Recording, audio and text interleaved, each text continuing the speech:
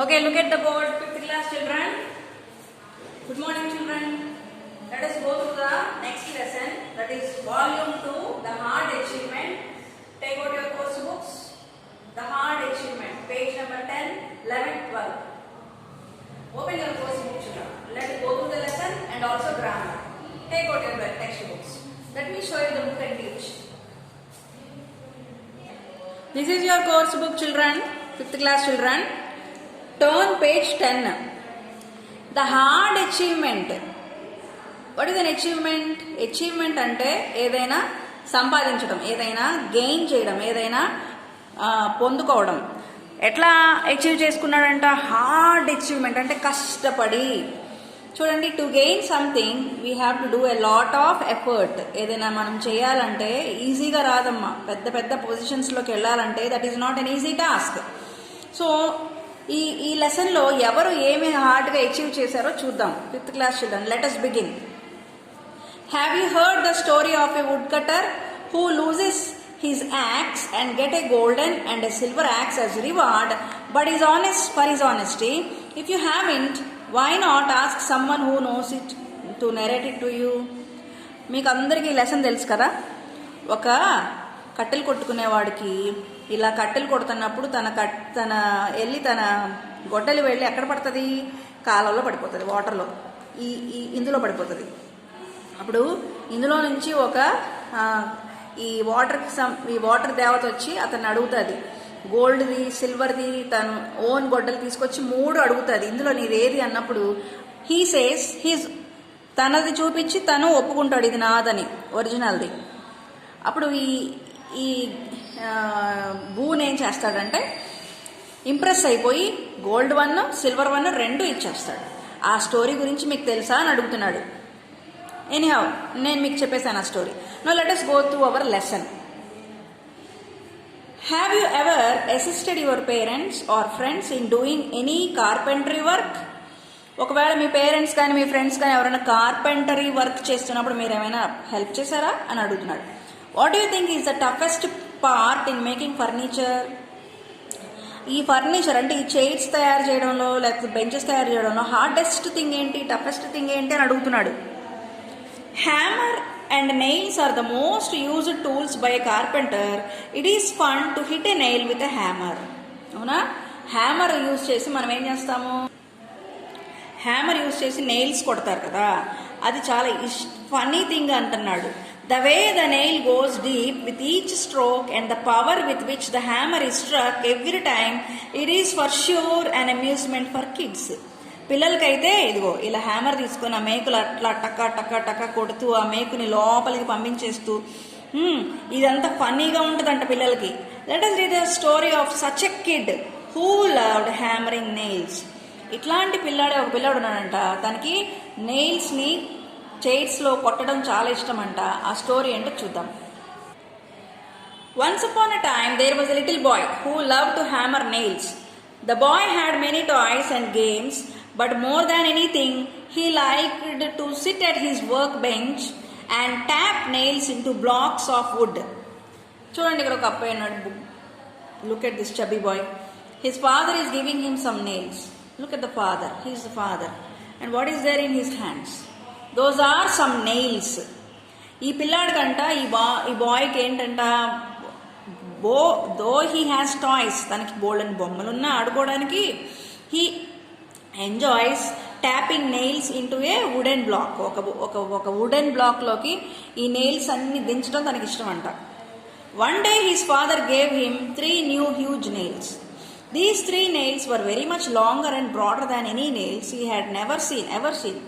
వాళ్ళ నాన్నగారు ఒకరోజు తనకి నెయిల్స్ ఇచ్చారంట. అవి చాలా పెద్దగా ఉన్నాయంట, చాలా పొడవుగా ఉన్నాయంట. ఎప్పుడు చూడలేదంట అట్లాంటి nails. He knew that it would take a long time to hammer them into piece of wood. So ఇంత పెద్దగా ఉన్నాయి కాబట్టి ఒక పీస్ ఆఫ్ వుడ్లోకి వాటిని కొట్టడం చాలా కష్టం అనుకున్నాడు. He began that every afternoon tapping the new nails. అయితే రోజు ఈ నెయిల్స్ని కొట్టడం మధ్యాహ్నం పూట చేసేవాడంట. Taking turns hammering each nail to bit before moving on to the next. Very slowly they began to disappear into the wooden block. ఎప్పుడు మధ్యాహ్నం పూట అలా కొట్టడం స్టార్ట్ చేసినప్పుడు అవి అలా కొడుతూ ఉన్నప్పుడు వుడెన్ బ్లాక్ లోపలికి వెళ్ళిపోయామంట. It was almost dinner time when the boy decided to put away his hammer.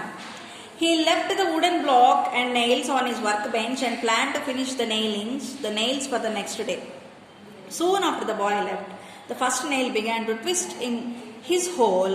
This startled the other two nails. ఈ అబ్బాయి అంటే రోజు ఇలా నెయిల్స్ కొట్టేవాడంట. 3 నెయిల్స్ తీసుకున్నాడు, కొడుతూ ఉండేవాడు. లంచ్ టైం అవ్వగానే డిన్నర్ టైం వరకు కొట్టేవాడట. ఇలా కొడుతూ ఉన్నప్పుడు తన ఈవినింగ్ అయిపోయినప్పుడు వదిలేసి వెళ్ళిపోయేవాడంట. అయితే ఒకరోజు ఏమైందంట, ఫస్ట్ నెయిల్ ఏం చేసిందంట, ఫస్ట్ నెయిల్ తన హోల్లో నుంచి బయటకు వచ్చేసిందంట. బయటికి రావడానికి ట్రై చేస్తూ ఉందంట. చూడండి ఏమైందో. Hey what you think you are doing cried the second nail. అప్పుడు సెకండ్ నెయిల్ అడుగుతుంది ఇది బయటకు వస్తుంటే. Yeah set the third. అవును ఏం చేస్తున్నావు, నీ 2 నెయిల్స్ దీన్ని అడుగుతున్నాయి.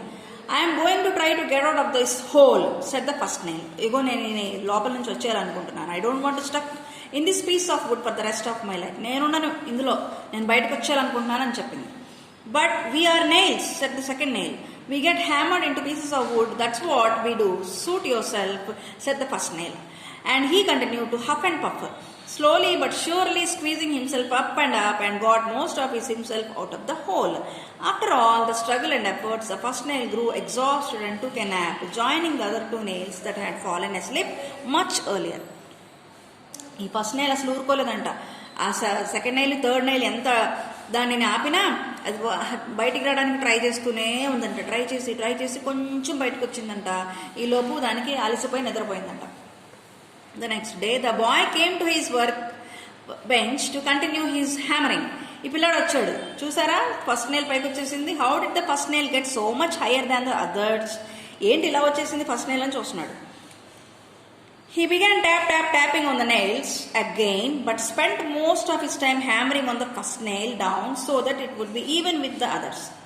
మళ్ళీ ఈవెన్గా అంటే ఈ రెండింటికి సమానంగా ఈ నెయిల్ కింద కొట్టేశాడంటే పిల్లాడు. చూడండి.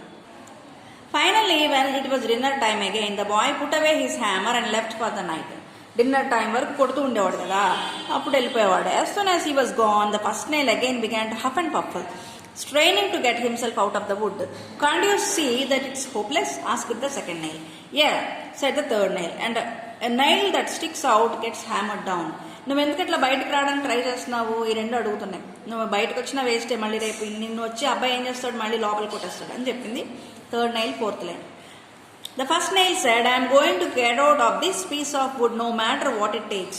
But we are nails, said the second one, frowning. We get hammered into pieces of wood. That's what we do. Yeah, said the third nail. Where do you think you are going to go anyway? Up there, said the first nail, nodding into the direction of the boy's toy shelf. From the workbench, the nails could see the collection of toys. There were cars, boats, blocks of course of boys' hammer.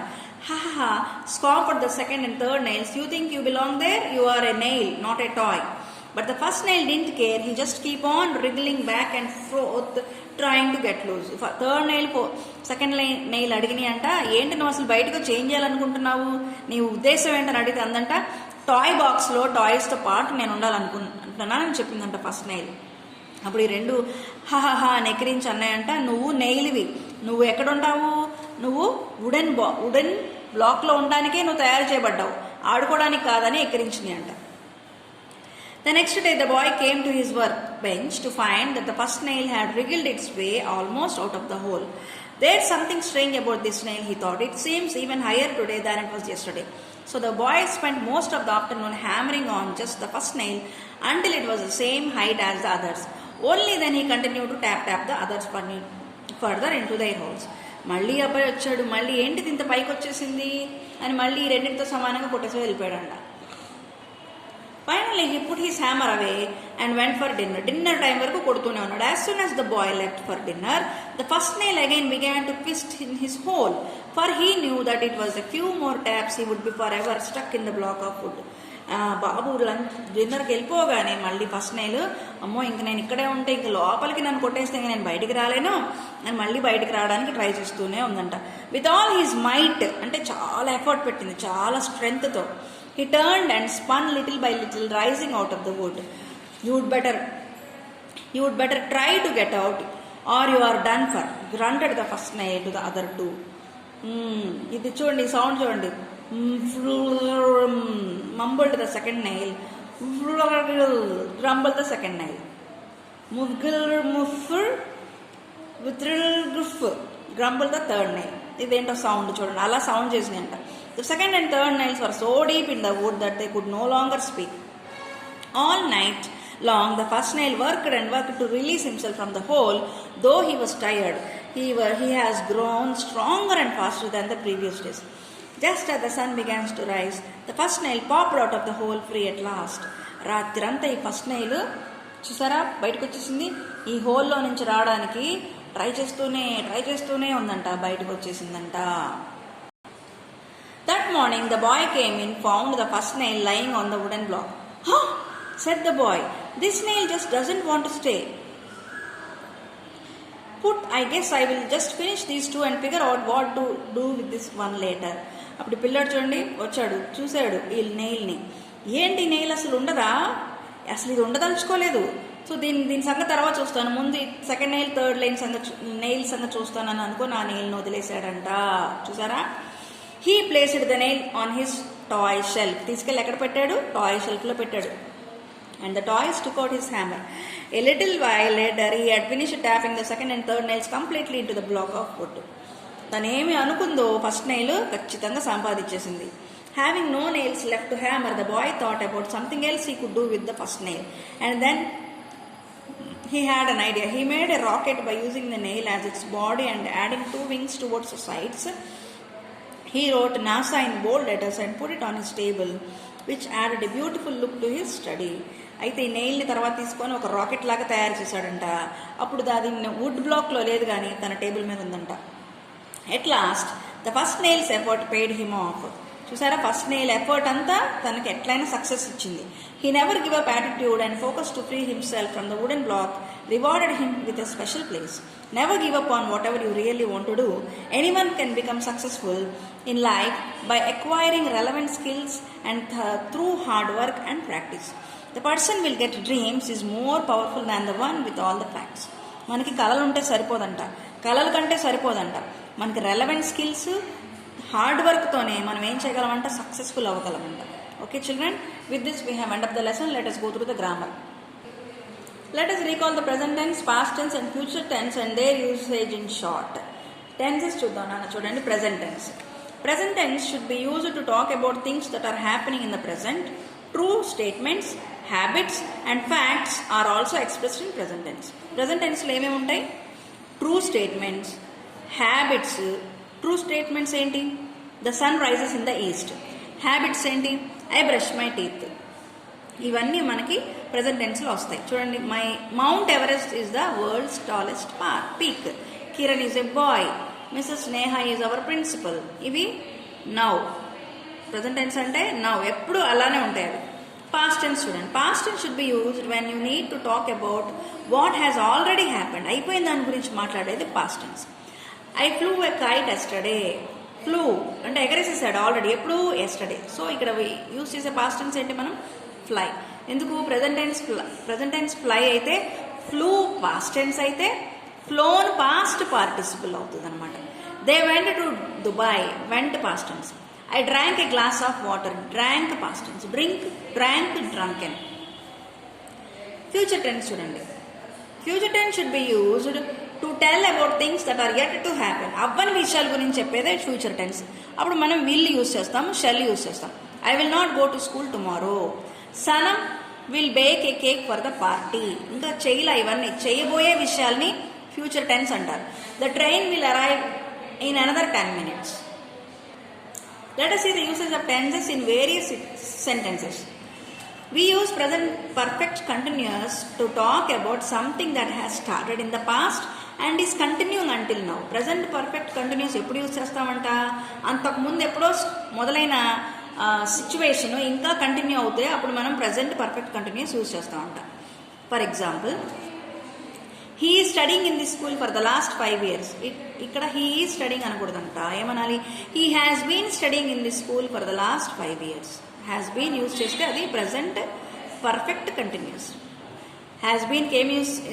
Present perfect ఎప్పుడు? Present perfect continuous use చేసే word ఏంటమ్మా? Has been. Continuous. Okay.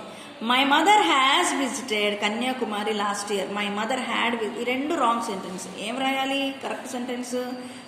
My mother has been visiting Kanyakumari since last year, అది use చేయాలి అక్కడ. My mother visited Kanyakumari last year. If an action had happened at a particular point of time in the past, you should use only the simple past tense, not the present perfect tense or past perfect tense. అప్పుడు ఇక్కడ ఏం use చేయాలి? My mother visited Kanyakumari last year. Last year visit చేశారు, ఇంకా మళ్ళీ చేయాల, so ఇది past tense. Next, Suraj father has played cricket last year. ఇది wrong sentence. Suraj father had played cricket ఇది కూడా హ్యాజ్ హ్యాడ్ కాదు, ఇక్కడ ఏం యూజ్ చేయాలి? Suraj father played cricket last year. Suraj father played cricket last year.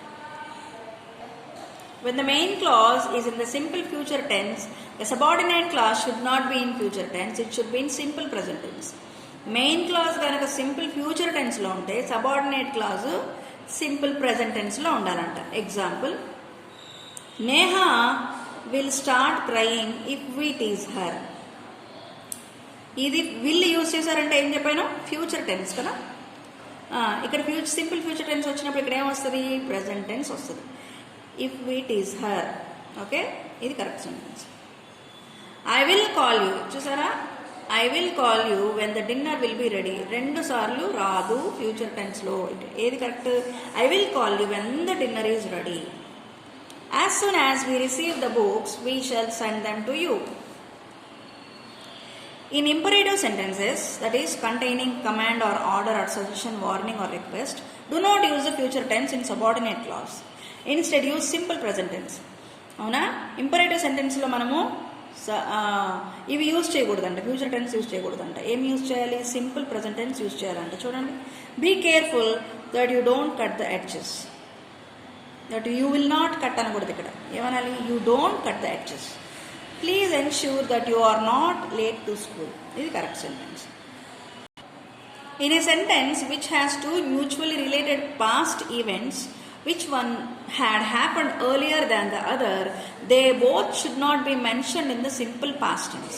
The earlier event must be mentioned in the past perfect tense and the later must be mentioned in the simple past tense. Already జరిగిపోయిన past ఈవెంట్స్ని మనం mention చేసేటప్పుడు simple present టెన్స్లోనేమో first sentence ఉండాలంట, second sentence ఏమో simple past టెన్స్లో ఉండాలి.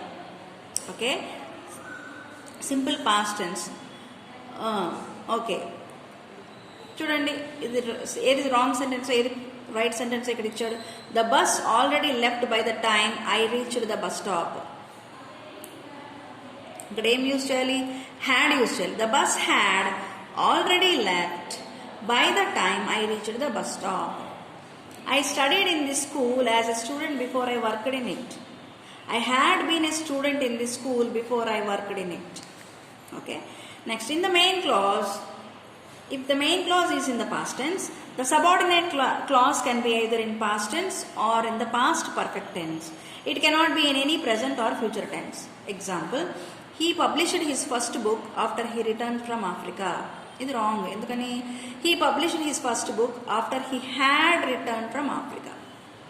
Had use చేయాలి. Ravi left the station before the train has arrived. Ravi left the station before the train had arrived. Has కాదు, హ్యాడ్. పాస్ట్ టెన్స్లో ఉంటుంది. Anil told his friend that is going to music classes regularly. Anil told his friend that he was going to music classes regularly. He was రావాలి, is కాదు, past టెన్స్లో రావాలి.